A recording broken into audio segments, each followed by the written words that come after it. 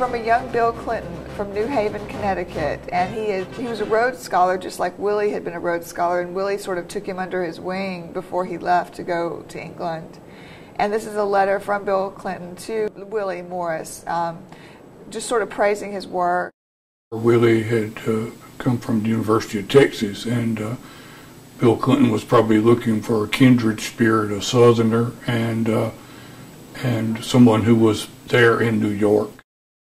It's a touching letter.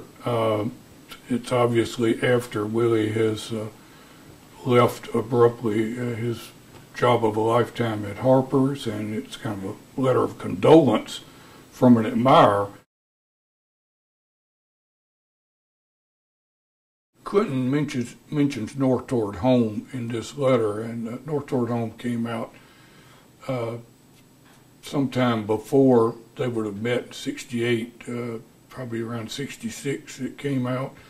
And that book was very important for almost a whole generation of Southerners who were troubled by some of the things that were going on in the region during the Civil Rights Movement, unhappy over segregation and looking for something else. And then they got to the North and discovered that the North was not necessarily a whole lot better than the South, and people were beginning to trickle back. And of course, shortly thereafter, Bill Clinton went back to Arkansas to run for public office, and clearly it's probably something he had on his mind when he wrote this. And it took Willie another 10 years before he did, in fact, go back to the South. But Clinton was clearly influenced by North Toward Home, like so many people from that era were.